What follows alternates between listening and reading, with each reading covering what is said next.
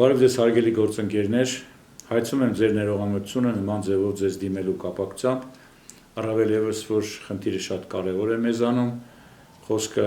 հայոց ցեղասպանության 110-րդ տարելիցի մասին է, բայց ստացվեց այնպես, որ նույն ժամանակ Մոսկվայում մեկ այլ գիտաժողով եմ մասնակցում եւ մեր գործընկեր ռուս գործընկերների հետ բանակցային որոշակի գործընթաց ենք ապահովելու, որը կապված է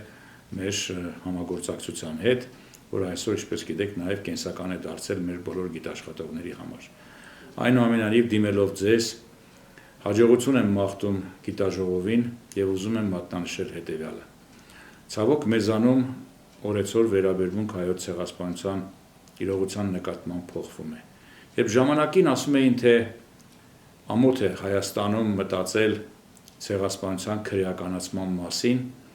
իսկապես Հայաստանում հազիվ կարելի էր գտնել մարդիկ, որոնք որ ուրանային հայոց ցեղասպանության իրողությունը,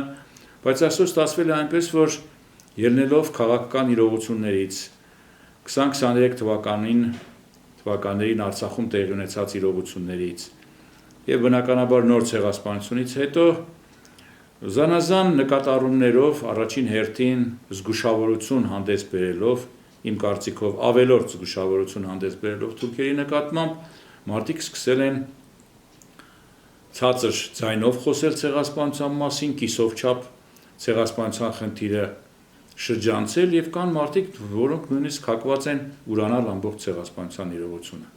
Եվ այս պայմաններում Գիտությունների ազգային ակադեմիայի պատմության ինստիտուտը շատ կարևորեց 110-րդ տարելիցի կապակցությամբ հրավիրել գիտաժողով եւ ներկայացնել հանրությանը մեր մոտեցումները։ Մենք այս գիտաժողովը առանձնահատուկ ենք համարում այն տեսանկյունից, որ փորձում ենք նաեւ տալ այն հարցի պատասխանը, թե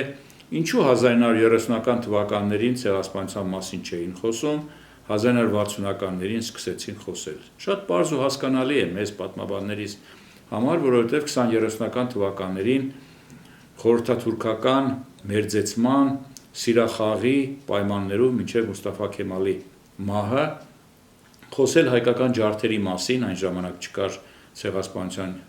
մասին եզրույթը, դա 48 թվականից արդեն մտավ շրջանառության մեջ, այնուամենայնիվ մարդկանց լրացնում էին, որովհետև բարեկամ Թուրքիային չէին ուզում մարդիկ նեղացնեին։ 1950-60-ական թվականներին վերաբերմունքը փոխվեց, որտեղ աշխարհակաղակական նոր իրողություններ հանդես եկան, առաջացան, դա պայմանավորված էր ՆԱՏՕ եւ Վարշավյան պայմանագիր փոխհարաբերությունների լարումով եւ բնականաբար սառը պատերազմի շրջանում Թուրքիան, որը որ ամենաընդգծված հակախորհրդային դիրքերում էր գտնվում եւ իր տարածքը տրամադրում էր ամերիկյան հրթիռներ միջուկային արտագլխիկներով հրթիռներ տեղադրելու Միացյալ Նահանգների համար, բնականաբար Թուրքիան անցանկալի երկիր էր խորհրդային միության համար եւ բնական է, որ հայոց ցեղասպանության իրողությունը խորհրդային ղեկավարությունը օգտագործեց միջազգային ասպարեզում Թուրքիայի ցեղասպան նկարագիրը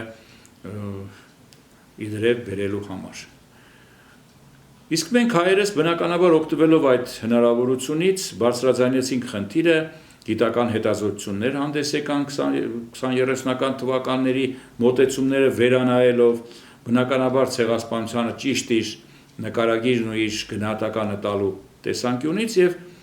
միջազգային մակարդակով սկսվեց ցեղասպանության հետապնդման խնդիրը, որը 1960-ական թվականներից դարձավ արդեն արդիական եւ 66 թվականին հուշահամալիրի բացումից հետո ամեն տարի ապրիլի 24-ին հայ ժողովուրդը հիշում է հայոց ցեղասպանության զոհերի հիշատակը։ Ես կարծում եմ, որ այս գիտաժողովը այդ իմաստով նորույթ կբերի մեզ, այդ հարցերի պատասխանը կտա, կանդրադառնա նաև այնպիսի մի խնդրի, որպիսին նոր տեղի ունեցած ցեղասպանությունն է 1915-ից հետո մենք ցավոք սրտի հետագայում եւս ցեղասպանվեցինք, այդպիսի ցեղասպանություն տեղի ունեցավ 1988-89 թվականներին, 90 թվականին Ադրբեջանի տարածքում եւ վերջապես 2020-23 թվականներին ներկայիս Ադրբեջանի Հանրապետության տարածքում եւ բռնագրավված Արցախի տարածքում եւ մենք այս խնդիրը արդեն պետք է մեկ ընդհանուր շղթայի մեջ տեսնենք հայոց ցեղասպանության 1523-ի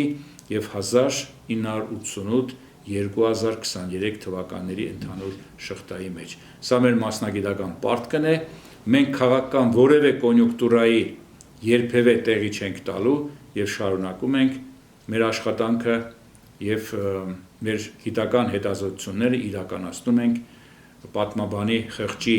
խայթով և պատմական անաչառության շրջանակներում։ Հաջողություն եմ մաղթում